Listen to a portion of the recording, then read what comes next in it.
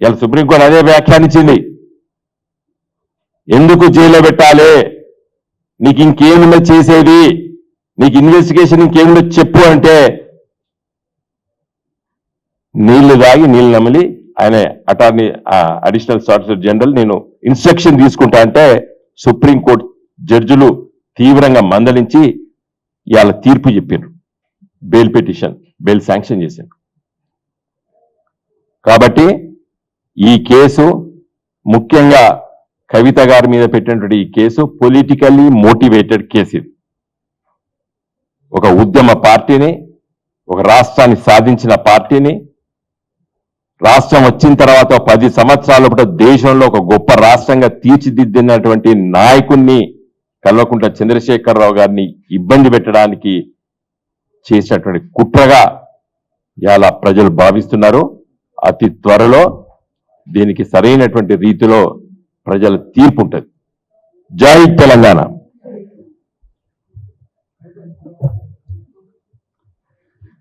Media మిత్రులకు అందరికి నమస్కారం. ఒకే ఒక విషయం మాట్లాడతాను. ఈ కేసుని మొట్టమొదట పెట్టినప్పటి నుంచి కూడా మేము ఒకే విషయాన్ని నేను చెప్తూ వచ్చినాను. ఇది ఒక ఫ్యాబ్రికేటెడ్ కేసు, సెలెక్టివ్ పర్సిక్యూషన్ చేస్తా అనేది ప్రాసిక్యూషన్ కాదు, దీనికి ఆధారాలు లేవు, దీంట్లో అసలు ఏ రకమైన అవినీతి జరగలేదు. ఇది ఒక పాలసీ డెసిషన్ని కావాల్సుకొని ఢిల్లీ ప్రభుత్వాన్ని తర్వాత ఇక్కడ తెలంగాణ ప్రభుత్వాన్ని ఇబ్బంది పెట్టేదానికోసము, కేసీఆర్ గారి మీద కక్ష సాధించేదానికోసము మన ఇంటి ఆడపడుచుని తీసుకొని పోయి 6 నెలలు ఇవాళ జైల్లో పెట్టినారు.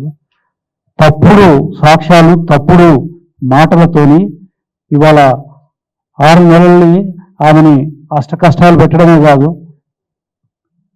చాలా చండాలపైన వాళ్ళు ఆరోపణలు చేసినారు, చాలా చండాలంగా మాట్లాడినారు. ఒక మనిషిలాగా ఆడపడుచు పట్ల మాట్లాడని విధంగా మాట్లాడకుండా దుర్మార్గంగా మాట్లాడినారు.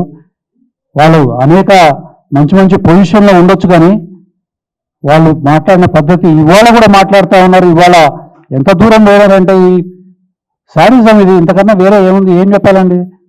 ఇవాళ కోర్టు మీద ఆక్షేపణలు చేస్తూ ఉన్నారు వీళ్ళు, బండి సంజయ్ కానివ్వండి, తర్వాత మిగతా ఇంకా వేరే కాంగ్రెస్ పార్టీ నాయకులు కానివ్వండి. ఇది కరెక్ట్ కాదు. దీనివల్ల మీకు చెడు జరుగుతుంది తప్ప మంచి జరగదు. కొంచెం సెన్స్ తెచ్చుకోండి. మీరు సుప్రీంకోర్టు మీద మీరు ఆక్షేపణ చేస్తారా? సుప్రీంకోర్టు మాట్లాడిన దాంట్లో ఏదైనా ఎవరికి కూడా ఆక్షేపించేదానికి వీల్లేదు. ఎందుకంటే that is the final court of justice in this country. ఏం హక్కున్నా కానీ మీరు ఇట్లా మాట్లాడతారు? ఎవరు ఇష్టం ఉన్నట్టు వాళ్ళు మాట్లాడడానికి ఇదేమైనా కోర్టా, లేకపోతే ఇదేమైనా ఒక పద్ధతి ప్రకారం నడిచే వ్యవస్థనా, లేకపోతే మీ జాగీరామనా? ఇంకొక మాట, పిచ్చి పిచ్చి మాటలు ఏమైనా మాట్లాడినా ఈ తీర్పుని అవమానపరిచే పద్ధతుల్లో కానీ, ఈ తీర్పుకి రాజకీయ ప్రేరేపణలు ఉన్నాయని, లేకపోతే వాళ్ళతో వీళ్ళతో చేయించడం అనేది ఇంకొక మాట ఏ పొలిటికల్ పార్టీ అని కానీ వాళ్ళు ఏ స్థాయిలోనే ఉండనియండి, ఖచ్చితంగా వాళ్ళ మీద కంటెంప్ట్ ఆఫ్ కోర్ట్ వేస్తాము, కోర్ట్ పిటిషన్స్ వేస్తాము, వాళ్ళ మీద ఖచ్చితంగా చర్యలు తీసుకుంటాము. అలాగే మాటలు మాట్లాడతారు రాజకీయ పొజిషన్లో ఉండి. ఎవరిని బెదిరిస్తారు మీరు? ఇది ఇంతకన్నా రౌడీజం ఉన్నదా? ఇక్కడ పెద్ద పెద్ద పొజిషన్లో ఉన్నారు, మీరు ఈ రౌడీ మాటలు మాట్లాడమైంది, తర్వాత ఈ బెదిరించే మాటలు మాట్లాడమైంది. చాలా తప్పు. ఇది చేయకండి. ఒక అచీవర్ని తీసుకుపోయి ఇవాళ 160 రోజులు జైల్లో పెట్టినారు. చింతపడాల్సిన అవసరం ఉంది, బుద్ధి తెచ్చుకోవాల్సిన అవసరం ఉన్నది. ఏం చేసిందండి ఆమె?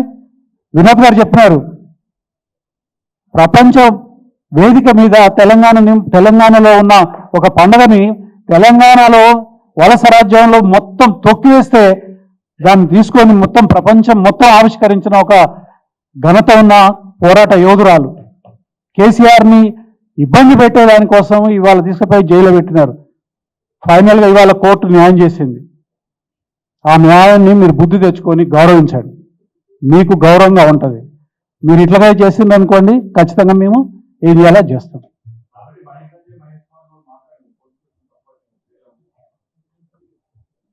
కోర్టు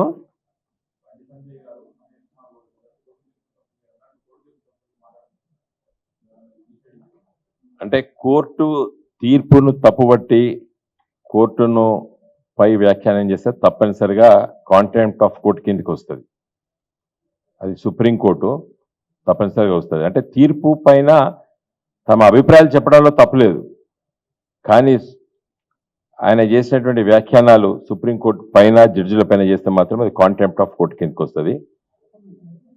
అయితే నేను ఇంతకుముందు చెప్పిన కదా, కాంగ్రెస్ వకీళ్ళు బీఆర్ఎస్ కలిసిందని మాట్లాడినట్టు నేను చూసిన. అదే ఆయన కాంగ్రెస్ కాదురా మీ ఓడేరా అని చెప్పాను నేను. ఈ కాంగ్రెస్ వాడు అంటాడు, ఇది అంటాడు. ఆయన వాళ్ళు సీనియర్ అడ్వకేట్స్ వాళ్ళు. ఇది అనాలోచిత. ఇప్పుడు తెలిసినంతోనే మాట్లాడచ్చు, చర్చించవచ్చు, వాదించవచ్చు. తెలియనంతోనే ఏం మాట్లాడతాం? తెలిసినంతోనే వాదించవచ్చు, చర్చించవచ్చు, మాట్లాడచ్చు, ఉండొచ్చు. తెలియనికి తెలివి తక్కువతోనే మాట్లాడతాం.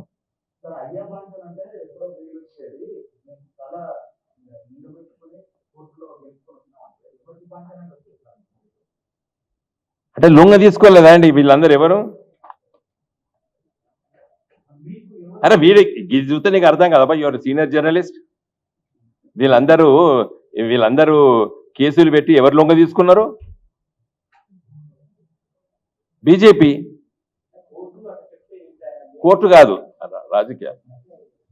అంటే కేసే పెట్టలేదు కదా, కేసు పెట్టలేదు, కేసులు పెట్టలేదు కదా. వీళ్ళెంత ఎవరు ఒక్కొక్కరి మీద ఈడీ దాడులు. మన అయ్యో ఈ వేరే రాష్ట్రాల్లో ఎందుకు, మన రాష్ట్రంలో ఈ హైదరాబాద్లో చూడలేదా? 2 రాజ్యసభ ఎంపీలు తెలుగుదేశం వాళ్ళు. ఇవాళ ఒక ఆయన ఎమ్మెల్యే అయ్యాడు, ఒక ఆయన ఎంపీ అయ్యాడు. వాళ్ళ మీద దాడులు జరిగినాయి, ఈడీ దాడులు, సిబిఐ దాడులు. తెల్లారిపోయి బీజేపీ కండామా కప్పుకున్నారు. కేసీ మాఫ్, మళ్ళీ ఎమ్మెల్యే, మళ్ళీ ఎంపీలు. అట్లా నడిపిండు మోడీ గారి ప్రభుత్వం. మోడీ గారు నడిపిండు. Let me be very free and Frank.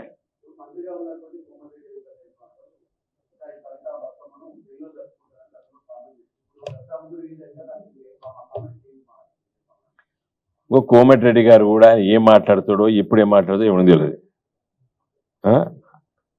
అమ్మాయి బతుకమ్మ ఉద్యమం చేసి తెలంగాణ ఉద్యమానికి ఎంతో కట్టుబడి చేసి అమెరికా నుంచి వచ్చి ప్రపంచవ్యాప్తంగా ఆడిచ్చింది కదా తెలంగాణ ఉద్యమం.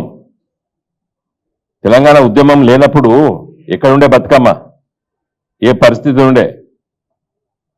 తెలంగాణ కల్చర్, తెలంగాణ భాష. ఇలా ఏ సినిమా చూసినా కూడా మన తెలంగాణ ఇదివరకు గుండాలకు, రౌడీలకు, బ్రోకర్లకు పెట్టినటువంటి మన భాష, తెలంగాణ భాష ఇవాళ గౌరవంగా ప్రతి సినిమాలో ఇవాళ హీరోలకి, హీరోయిన్లకి అందరికీ పెట్టి ప్రతి పాత్ర కూడా తెలంగాణ భాష పెట్టి సినిమాలు తీస్తున్నారంటే అది మా విజయం. That is cultural renaissance. అంటే మళ్ళా కల్చర్ని తీసుకొచ్చాం. ఇది ఒక తెలంగాణ రాష్ట్ర ఏర్పాటు వరకే పరిమితం కాలేదు. మేము తెలంగాణ ఉద్యమం లోపల జాగృతి సంస్థ ఇంతకుముందు చెప్పినా కదండి, నేను అప్పుడే అన్నా. నేను సూర్యుడు అస్తమించిన సామ్రాజ్యం అంటే న్యూజిలాండ్ లో సూర్యుడు అంటే మార్నింగ్ 6 o'clock సూర్య ఉదయం అయితే మన రాత్రి 24 గంటలకి మళ్ళా లాస్ ఏంజల్స్ లో ప్రపంచం 24 గంటలు బతుకమ్మ ఆడతారు. ఇప్పుడు వచ్చే అక్టోబర్ కూడా ఆడతారు మళ్ళా. దానికి కారణం తెలంగాణ ఉద్యమం. దాంట్లో మా పాత్ర, మా మహిళా సోదరిమణులు. దాంట్లో కవిత గారు ఒక పాత్ర, గొప్ప పాత్ర. కాబట్టి ఇవంతా మేము ఉద్యమకారులం. గీ బెదిరింపులకి, కేసులకు భయపెట్టులామా మేము?